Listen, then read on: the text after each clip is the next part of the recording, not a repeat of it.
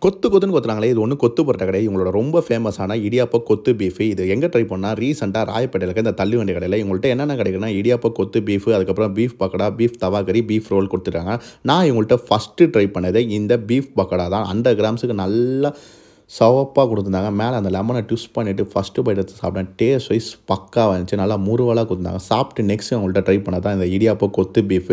நார்மலா முட்டைய உடைச்சு ஊத்திட்டு கலக்கிட்டு, நெக்ஸ்ட் ஆனியனு, டொமேட்டோ, ஸ்பைசினஸ்க்காக சில அத ஆட் பண்ணாங்க. ஆட் பண்ணிட்டு அதுக்கப்புறம் இடியாப்பத்த நல்லா பிச்சு போட்டுட்டு, பக்கத்துல அந்த தவா கறிய எடுத்து கொஞ்சம் ஆட் பண்ணிட்டு, நல்லா கொத்து கொத்துன்னு கொத்துனாங்க எல்லாத்தையும் மொத்தமா போட்டு. கொத்திட்டு ஃபைனல் டச்சுக்கு பெப்பர் ஆட் பண்ணாங்க. ஆட் பண்ணிட்டு குடுத்தாங்க. சாப்பிட செம்ம டேஸ்ட்டா இருந்துச்சு. ஆனா என்ன உப்பு மட்டும் கொஞ்சம் கம்மியா இருந்துச்சு. உப்பு கரெக்ட்டா இருந்தா வேற லெவல்ல இருந்திருக்கும் இன்னும். சாப்பிட்டு முடிச்சு நெக்ஸ்ட் உங்கள்கிட்ட ஃபைனல் டச்சுக்கு ஒரே ஒரு எக் ரோல் வாங்கியிருந்தேன். அதுவும் சாப்பிட டேஸ்ட் வைஸ் நல்லாவே இருந்துச்சு. நீங்கள் ராயப்பேட்டை சைடு இருக்கீங்க, இந்த யூனிக்காக இடியாப்ப கொத்துலாம் ட்ரை பண்ணுமா, கண்டிப்பாக ட்ரை பண்ணி பாருங்கள். உங்களை இன்னொரு சந்திக்கிறேன். டாடா.